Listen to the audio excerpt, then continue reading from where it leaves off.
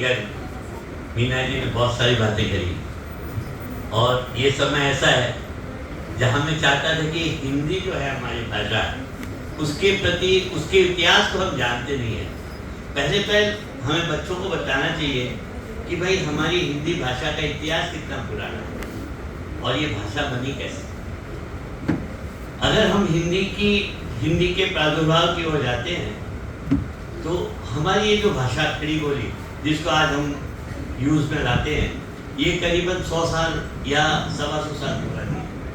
भारतेंदु हरिश्चंद्र जी ने उस समय जैसे आपने बताया फारसी, संस्कृत, प्राकृत अनेक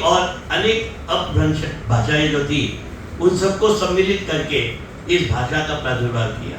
और इस भाषा में एक लहजा, एक तरीका यानी कि वार्तालाप करने के तरीके, बातचीत करने के तरीके, लेखन के तरीके उनको उजागर किया भारतेंदु हरिश्चंद्र ने। तो जो जय निज भाषा उन्नति के सबही उन्नति को गुण, यानी कि अपनी भाषा को आप अगर अच्छी तरह समझ लें, उसमें बोलना सीखना, उससे व्यवहार करना अगर आप सीख लेते हैं तो निश्चित तौर पर कोई भी अन्य भाषा हो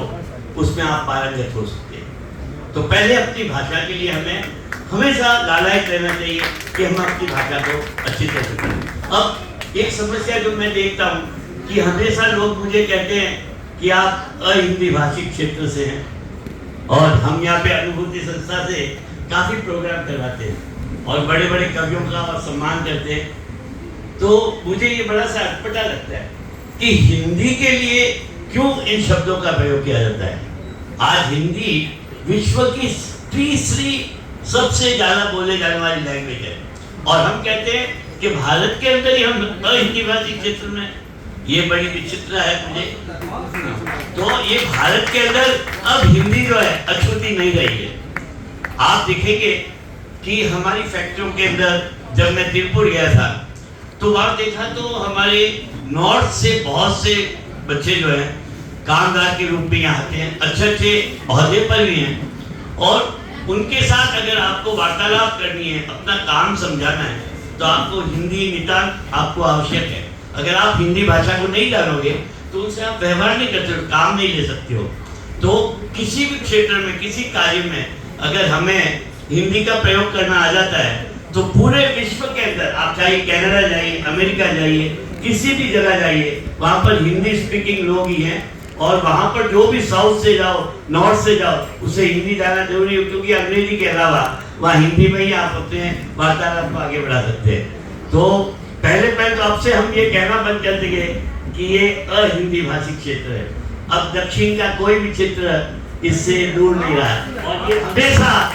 पूरे देश के अंदर आप हर प्रांत में जाइए, आज हिंदी जो है कोई भी राजनीतिक कारणों के कारण भी अगर उसकी अवहेलना की जाती है, उसके बावजूद भी हिंदी की जो बढ़ोतरी हो रही है, जो प्रगति हो रही है, उसे कोई नहीं रोक सकता क्योंकि ये भाषा अपने आप में इतनी संपूर्ण है। ये संस्कृति को लेके चलती है, ये व्यवहार को लेके चलती है, ये हमारे भारतीयता को लेकर जो भाषा चलती है वो भाषा निश्चित तौर पर दिन रात चौगुनी यहाँ पर प्रगति करेगी। और मैं पहले ये कहना भूल गया कि आज हिंदी दिवस है तो आपको मैं बधाइयाँ दूँ। पहले आपको हिंदी दिवस की बहुत बहुत बधाई और इसके बाद जो 50वां वर्ष है, ये जो 50वीं वर्षगांठ है गोल्डन जुबली स्कूल का, उसके लिए मैं उन्हें बहुत बहुमान करता हूँ। और एक बात मैं ये और भी कहूँगा, हालांकि समय बच्चों के लिए क्या पुरस्कार बहुत मुख्य था, तो जैसे उनको पुरस्कार मिल गया उन्होंने कहा हम अपने गंतव्य पहुँच गए तो वो यहाँ से रवाना हो गए। लेकिन इस दौरान मुझे अपनी एक बात कहनी है कि आप कितनी भी किसी भाषा की सेवा कर लो, अगर आप दक्षिण में रहते हो, तमिलनाडु में रहते हो, तो तमिल भाषा को भी उसी तरह से सम्मान देना चाहिए ताकि हमारी राजभाषा को यहाँ के लोग भी उसी लहजे से देखें। तो मेरी ये बहुत अनुरोध इच्छा है कि हम हिंदी क्षेत्र से जो आए हुए लोग हैं वो अपने बच्चों को भी तमिल भाषा के प्रति उतना ही सम्मान देने की कोशिश करें ताकि यहाँ के लोग भी एक सद्भावना की तरह इस राजभाषा को माने, इसको समझे, इससे पढ़े और अपने हर क्षेत्र के अंदर इसका प्रयोग करें। और अब हिंदी हिंदुस्तान की सबसे मुख्य भाषा है, इसको मानना ही पड़ेगा। धन्यवाद महोदय।